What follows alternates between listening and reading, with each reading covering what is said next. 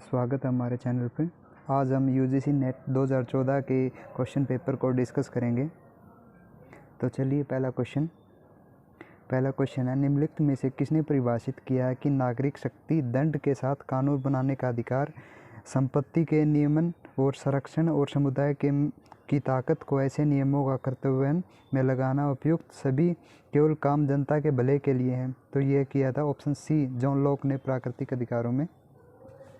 Question number 2, निम्नलिखित में से यह किसने कहा कि कामगारों की मुक्ति का आधार श्रव्य का कार्य है? तो यह कहा था कार्ल मार्क्स ने, option number D. Question number 3, निम्नलिखित में से यह नारा किसने दिया था कि साम्राज्यवादी युद्ध को नागरिक युद्ध में बदलना अपनी समांतरता को सर्वहारा क्रांति? तो यह बोला था लेनिन ने, option number D. Question number 4, निम्नलिखित में से कौन सा उदारवादी सामुदायिक बहस का लक्षण नहीं है? तो इसका आंसर होगा ऑप्शन नंबर डी, एक दलीय शासन पद्धति, कार्यविधिक बनाम समुदायवाद। क्वेश्चन नंबर 5, प्लेटो के अनुसार अत्यधिक धन को विवेक अच्छे शासन के लिए असंगत है और रीजन है इसका, या जहाँ तक सैनिकों और शासक का संबंध है, सव्य धन को समाप्त करने की अपेक्षा बुराई को समाप्त करने का और कोई उपाय उससे नहीं लिखा। इसका राइट आंसर होगा ऑप्शन नंबर ए और दोनों सही है। और ए की सही व्याख्या करता है।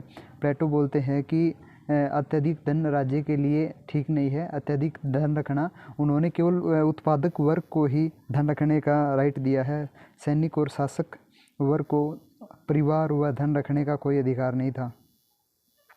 क्वेश्चन नंबर 6, महात्मा गांधी पर लिखी निम्नलिखित पुस्तकों का अवरोही क्रम में सजाएं। तो इसका आंसर हो गया ऑप्शन नंबर 1। पहली है C.F. एंड्रयूज ने महात्मा गांधी आइडियन, दूसरी होगी J.B. कृपलानी की गांधीयन थॉट, और तीसरी आएगी B. Bhattacharya involution of the political philosophy of Mahatma Gandhi, और सबसे लास्ट में आएगी रिचर्ड एटरबर्टन ने इन सर्च ऑफ गांधी। तो ऑप्शन ए हो गया इसका। क्वेश्चन नंबर 7, सेंट अगस्टिन की पुस्तक डी सीवेट डी कितने भागों में विभाजित है? तो इसका राइट आंसर होगा ऑप्शन नंबर डी, 22 भागों में। क्वेश्चन नंबर 8, निम्नलिखित में से कौन सा तथ्य डेविड ईस्टन की राजनीतिक सिद्धांत का पतन का कारण नहीं है? तो इसका राइट आंसर होगा ऑप्शन नंबर सी, वैचारिक हास्यवाद। क्वेश्चन नंबर 9, निम्नलिखित में से कौन सा तथ्य जयप्रकाश नारायण के दल विहीन लोकतंत्र का लक्षण नहीं है? तो इसका राइट आंसर होगा सी, अधिकतम दुष्प्रचार। क्वेश्चन नंबर 10, निम्नलिखित में से लोकतंत्र में आर्थिक सिद्धांत का प्रतिपादक किसने किया था? ये किया था option number C, Anthony Downs ने।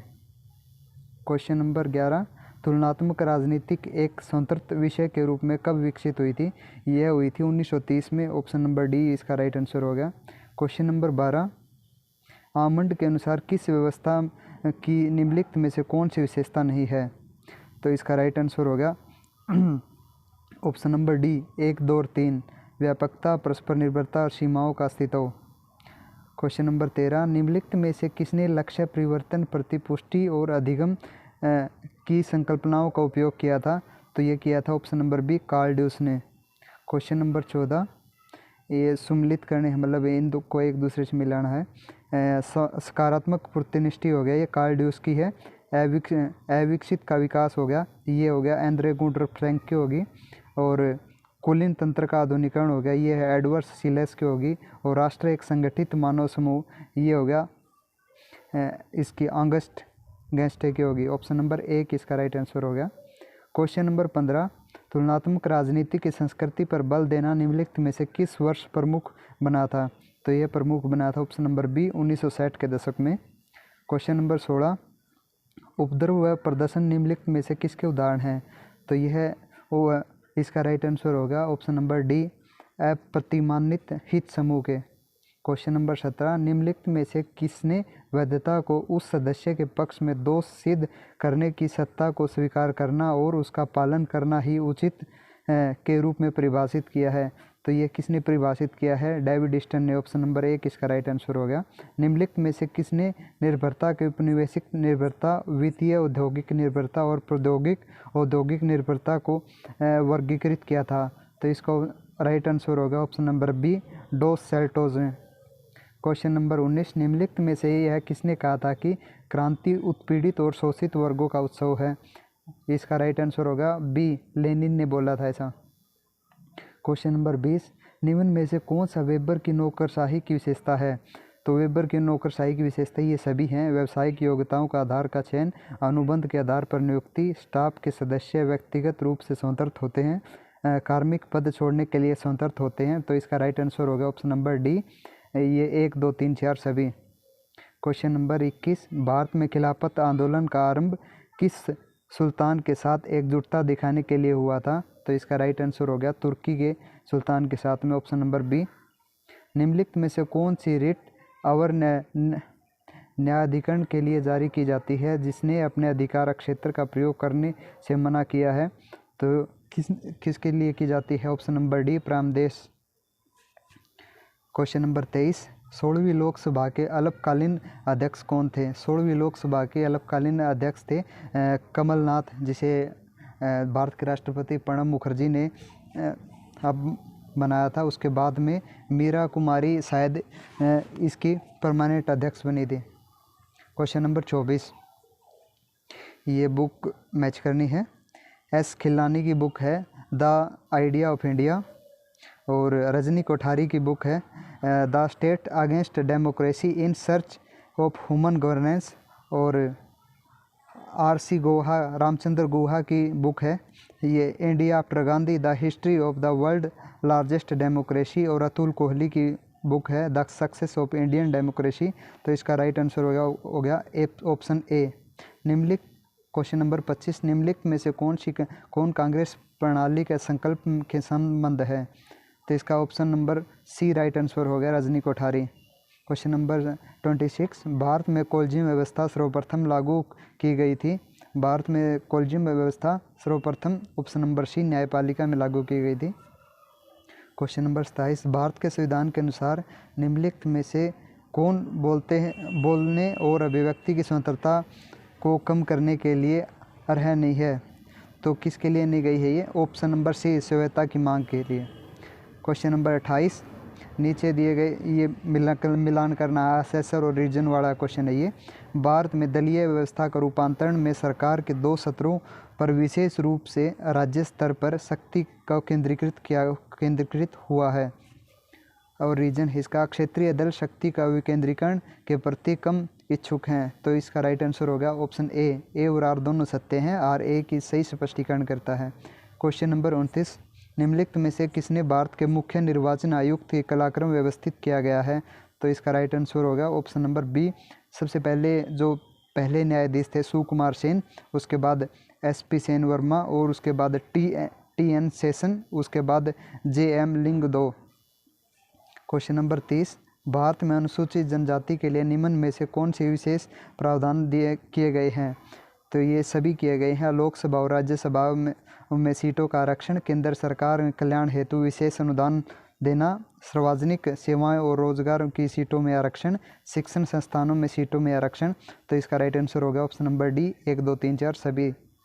क्वेश्चन नंबर 31, निम्न में से कौन सा कथन प्रशासनिक संगठन के क्षेत्रीय सिद्धांतों की हानियों के संदर्भ में गलत है?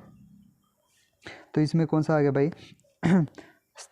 ये बड़े क्षेत्रों के लिए अनुपात, प्रशासन बड़े क्षेत्रों के लिए अनुपात, इसका राइट आंसर हो गया। क्वेश्चन नंबर 32, निम्नलिखित में से कौन सा पूर्व प्रचलित योग्यता प्रणाली का विकल्प नहीं है? तो कौन सा नहीं है भाई इसमें? ऑप्शन नंबर ए इसका राइट आंसर हो गया, विनिमय प्रणाली। क्वेश्चन नंबर 33, उस विधेयक को क्या कहते हैं जिसमें लोकसभा द्वारा स्वीकृति दी जाने वाली मांगों तथा संचित निधि प्रभार शामिल होते हैं? तो उसको क्या कहते हैं? ऑप्शन नंबर ए, विनियोग विधेयक। क्वेश्चन नंबर 34, भारत सरकार द्वारा राज्य भविष्य निधि के अधीन प्राप्त धन को कहाँ जमा किया जाता है? तो ऑप्शन नंबर सी, लोक लेखा पब्लिक अकाउंट समिति में जमा किया जाता है। क्वेश्चन नंबर 35, मैज्लो द्वारा प्रतिपादित मानवीय आवश्यकताओं के पदानुक्रम में निम्नलिखित कलाक्रम व्यवस्थित कीजिए। तो इसका राइट आंसर हो गया ऑप्शन नंबर डी, जैविक आएगा सबसे पहले, उसके बाद सुरक्षा, उसके बाद सामाजिक, उसके बाद आत्मसम्मान, उसके बाद आत्म प्रशिक्षणीकरण। क्वेश्चन नंबर 36, निम्नलिखित में से किस रिपोर्ट की सिफारिश पर ब्रिटेन में योग्यता आधारित भर्ती प्रक्रिया अपनाई गई थी? तो इसका राइट आंसर हो गया option number B, Northcote Trevelyan report के बाद में अपनाई गई थी। क्वेश्चन नंबर 37, नाल्पे अल रोदन ने अपनी पुस्तक sustainable history and the dignity of man में राष्ट्रीय सुशासन सुनिश्चित करने के लिए निम्नलिखित में से कौन सा न्यूनतम मापदंड सम्मिलित नहीं किया? तो इसका राइट आंसर होगा ऑप्शन नंबर सी, नियंत्रण व संतुलन की व्यवस्था। क्वेश्चन नंबर 38, सार्वजनिक पद पर बैठे व्यक्तियों की जिम्मेदारी के संबंध में एक अधिकारी विधि का कर्तव्य अनुपालन सब असफल हो जाता है तो यह क्या कहलाता है? तो इसका राइट आंसर होगा ऑप्शन नंबर बी, कृतज्ञकरण। क्वेश्चन नंबर 39, स्वीडन के ओम्बुड्समैन निम्नलिखित में से कौन सा कार्य कर सकते हैं? तो कौन सा कार्य कर सकते हैं? न्यायपालिका के विरुद्ध कार्य कर सकते हैं, और संसद सदस्यों के विरुद्ध कार्य कर सकते हैं, और स्वतः संज्ञान लेते हुए कार्य कर सकते हैं। तो इसका option number B right answer होगा 1, 2 और 4। क्वेश्चन नंबर 40, अशोक मेहता समिति कब आई थी? अशोक मेहता समिति आई थी 1978 में।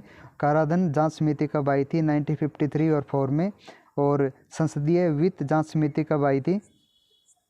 संसदीय वित्त जांच समिति आई थी 1949 और 51 में। और जीवीके राव समिति जो पंचायती राज से संबंधित है, वो यह भी 1985 में आई थी। तो इसका राइट आंसर होगा option number D, option number C, sorry, option number C इसका राइट आंसर हो गया। क्वेश्चन नंबर 41, खेल सिद्धांत the theory of games the economics welfare शीर्षक में प्रमुख कृति का गहन रूप से ऋणी है, यह इसके लेखक कौन है? इसके लेखक option number B, John von Neumann and Morgenstern. Option number B इसका राइट आंसर हो गया। क्वेश्चन नंबर 42, निम्नलिखित में से किसने कहा कि राजनीति के संदर्भ में शक्ति का अर्थ एक व्यक्ति का दूसरे व्यक्ति पर मस्तिष्क और क्रियाओं पर शक्ति? यह सब बोला है ऑप्शन नंबर सी, हांस मर्गन्थो ने। क्वेश्चन नंबर 43, यह भी जो संधियाँ दी गई हैं इनका मिलान करना है। सबसे पहले SLT सॉल्ट सेकंड कब आया था? ऑप्शन नंबर बी में ये है 1979 में। और PTBT कब आई थी? 1963 में। और शांति प्रस्ताव कब आया था? 1987 में। IONF ट्रीटी कब आई थी? IONF ट्रीटी कब आई थी भाई? IONF ट्रीटी आया था। और इसका राइट आंसर हो गया option number B. Question number 44, निम्नलिखित में से किस कारण से शांति युद्ध के पश्चात नौ स्थिरता के विकास में योगदान हुआ? तो इसका राइट आंसर होगा ऑप्शन नंबर बी, रीगन और गोर्जस द्वारा INFT मध्यवर्ती परमाणु बल संधि पर हस्ताक्षर। क्वेश्चन नंबर 45, ये असेसर और रीजन वाला दोबारा से आ गया। उत्तर स्वतंत्रता काल में भारत ने विदेश नीति के अंतर्गत गुट निरपेक्षता को चुना। गुट निरपेक्षता आंदोलन स्वतंत्रता, समानता और प्रभुता का लिए भी कथन है। तो इसका राइट आंसर हो गया ए और आर दोनों सत्य हैं और आर ए का सही स्पष्टीकरण है। क्वेश्चन नंबर 46, नौ अंतर्राष्ट्रीय आर्थिक व्यवस्था के लिए पहली बार मांग कब की गई थी? पहली बार मांग की गई थी ऑप्शन नंबर डी, अल्जीरिया शिखर सम्मेलन में। क्वेश्चन नंबर 47, निम्नलिखित में से कौन सा कथन दक्षिणी पूर्व एशियाई राष्ट्रों के संघ आसियान के लिए सही नहीं है? तो ये सभी सारे सही हैं। ऑप्शन नंबर डी गलत है। भारत वर्ष 1991 में आसियान का पूर्ण वार्ता साझेदार हो गया था। 1991 की जगह 1996 में भारत पूर्ण रूप से वार्ता का साझेदार हुआ था। क्वेश्चन नंबर 48, निम्नलिखित में से किस ने इसका प्रयोग किया कि संयुक्त राष्ट्र की आवश्यकताओं पर बल देने के लिए एकजुटता के नाम पर सहभागी का कार्य कर रहा है? तो ऑप्शन नंबर बी इसका राइट आंसर हो गया, दाग हैमरस्कोल्ड ने। क्वेश्चन नंबर 49, इन निम्न में से कौन सी दुकानदारी कूटनीति का लक्ष्य नहीं है? तो इसका राइट आंसर हो गया ऑप्शन नंबर डी, यह केवल युद्ध द्वारा राष्ट्रीय हित की रक्षा का प्रयास करते हैं। और इस वीडियो का सबसे लास्ट क्वेश्चन है क्वेश्चन नंबर 50, सकारात्मक शांति का अभिप्राय क्या है? सकारात्मक शांति का अभिप्राय ये है ऑप्शन नंबर सी, संबंधों का अंतरण।